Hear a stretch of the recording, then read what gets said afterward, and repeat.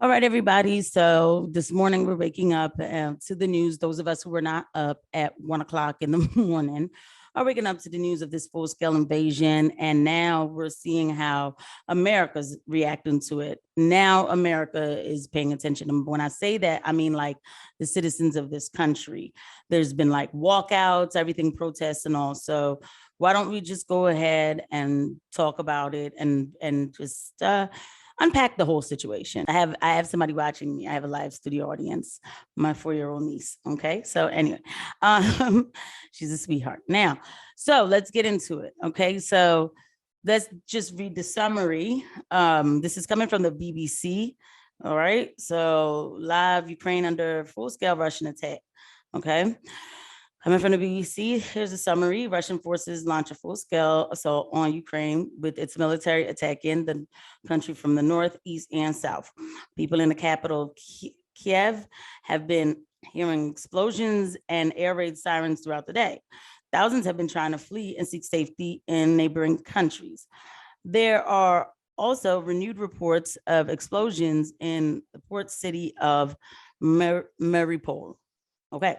Ukraine's president, dressed in military fatigues, vows to fight on, but acknowledges troop losses. Okay. Russia seized control of Chernobyl complex, site of the world's most nuclear disaster. Ukraine announced new sanctions on Russian oligarchs and asset freezes on banks and defense companies. President Vladimir Putin defends the invasion, saying there was no other way to defend Russia.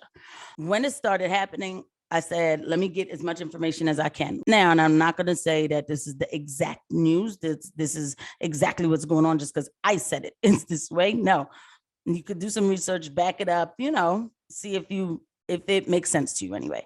So back in 2014, there was this revolution in Ukraine. So we're going to go back in the past, right? So this was during Obama-Biden administration. 2014, it was a revolution of dignity, they called it. And it was a Maidan revolution in 2014. So from what I was reading, they were saying that there was like a small group of people who wanted to get rid of the president at that time. And they were saying that he was a right-wing fascist president. Whether he was or wasn't, I don't know. They wanted to get rid of him. And they did. He basically had to flee the country. And then there was another president put in place. Now, we're at this point where Russia feels like it's being the president of Russia or whatever. He's saying, I'm being threatened by NATO. And Ukraine is saying, I'm being invaded by Russia. Well, that's what they're telling us that they're saying, okay? And let's be clear, they're telling us that they're saying all this stuff, but I have to take it for face value of what they're telling me. Let's figure out what NATO is, right? Because dig this, you have people who will act like, come on, you guys, you didn't know what NATO was. You didn't know. No, there's a lot of us who didn't. There's a lot of us who didn't. And we had to pay bills and we were living our lives and things like that. Yeah, I heard of it before, but I never really cared that much to find out and to get into it. This is what I mean about big government. Things are now, they're on our backs now. So we do have to know this stuff. So here we are. NATO, the North Atlantic Treaty Organization, NATO. Also called the North Atlantic Alliance. It's an intergovernmental military alliance between 28 European countries and 2 North American countries. The organization implements the North Atlantic Treaty, which was signed on April 4, 1949. NATO constitutes a system of collective security whereby its independent members states agree to mutual defense in response to an attack by an external party. The NATO headquarters are located in Brussels, Belgium, while the headquarters of Allied Command Operations is near Mons, Belgium. Since its founding, the admission of new member states has increased the alliance from the original 12 countries to 30. The most recent member state to be added to NATO was North Macedonia on the 27th of March, 2020. NATO currently recognizes Bosnia and Herzegovina, Georgia, and Ukraine as aspiring members. Additional 20 countries participate in NATO's Partnership Peace Program, with other 15 countries involved in institutionalized dialogue programs. The combined military spending of all NATO members in 2020 constitute over 57% of the global nominal total. Members agreed that their aim is to reach or maintain the target defense spending of at least 2% of their GDP by 2024.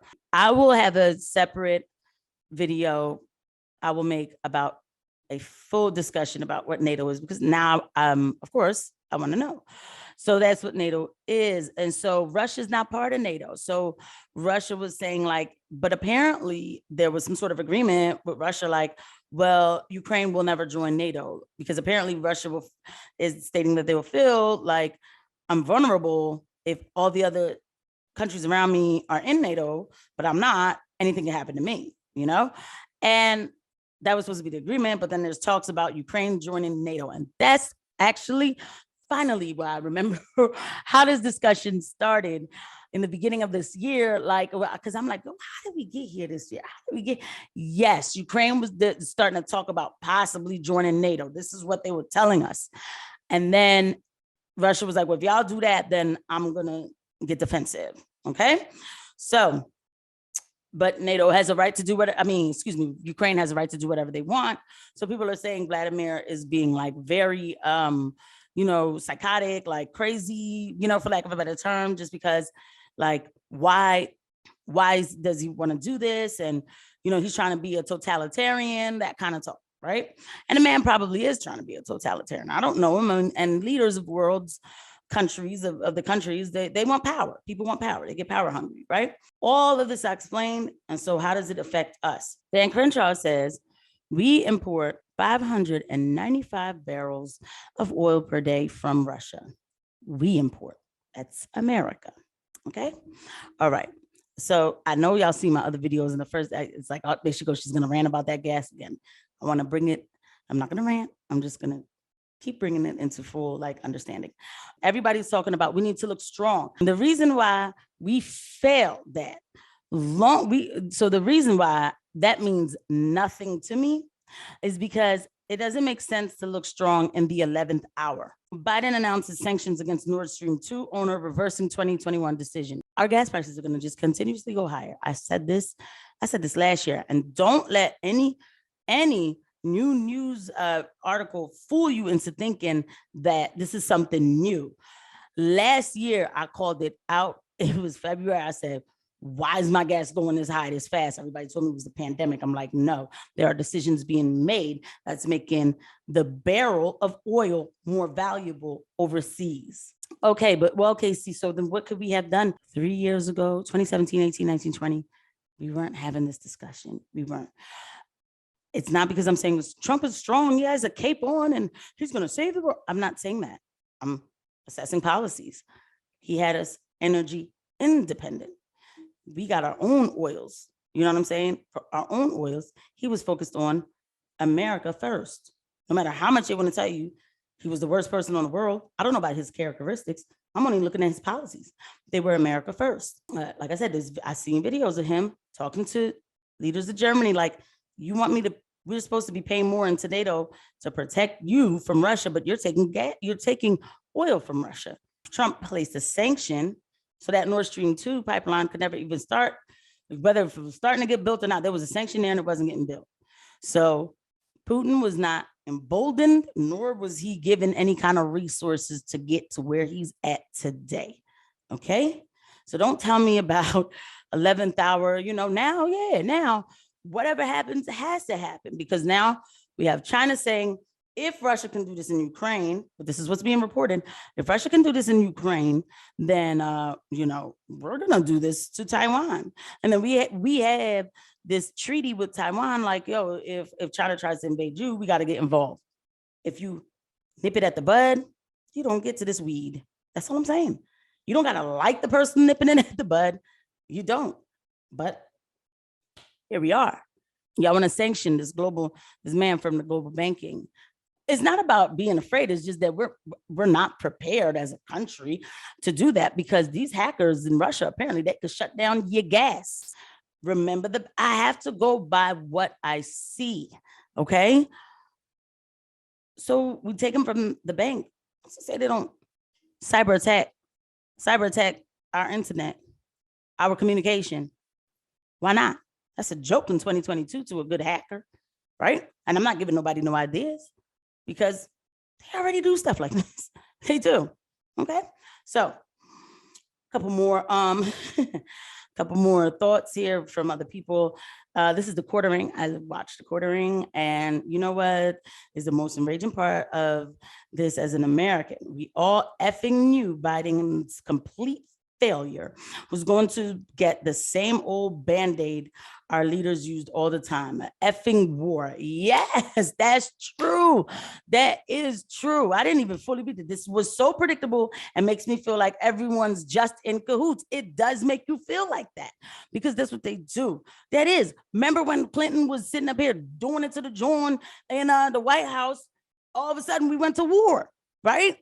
But Biden, whoever's running this country, has been failing, whether if it's on purpose or not. Failure. Oh, ruh-roh, we got to go to war. We got to go to war. We got to save somebody. We got to look strong. Right wing doesn't love Putin just because he's an authoritarian, tyrannical leader. They love him because he's a white authoritarian leader. Race has become more important than even nationality. They've turned on democracy and now even America in favor of a white warlord. That's what you got time for? This is what you got time for, you fool. Nobody's thinking about race right now. Nobody is. Black people are not thinking, oh, yeah, it's because he's white, then that's why we're going to. I don't even know how he correlated that. They're all white. So Kamala Harris, she's walking us into this. I'm confused how it became about race. Americans, people, Pennsylvanians, we're all thinking about what's going to happen next. Are we going to get into some sort of nuclear situation? You know, is this about to be like World War III? And my pockets can't afford a $10 a gallon gas price. What we need to do, like I said in one of my videos, is prepare. Not prepare like, oh, everybody go out and buy everything you see and then XYZ, you know, blah, blah, blah. No, preparing in the sense of like having some extra water, paper towels, you know, batteries, battery operated radio with antenna. You know, it's always good to be prepared. This is not about, oh, I'm living in fear. No, learn how to start a fire. Seriously, we should really already be thinking like that anyway. We're so complacent in our instant life that if a little thing happens, we're already screwed and we got bags of gas in the trunk, right? So prepare and pray. I don't force religion, or it's okay to say pray. If you don't believe in that, meditate. Take some time to turn off the TV, take a deep breath. Got your family, got your kids. Okay? All right. We will be okay. We will. No matter what. Something might happen. Something might not happen. That's how life is. You don't know what's going to happen next. You pray, you meditate, you bring it back down, and you prepare. Because it's not even like, oh, if Russia does something, people, when they get hysterical, it's not, then you end up not even having to worry about the other country. It's your own neighborhood that's got you in the whole jam, right? Because they're buying a bunch of stuff and all this all over the place. So just prepare. Now's the time to start preparing. All right, guys. We'll be all right, guys. All right. Thank you for coming, and I'll see you at the next one. Bye.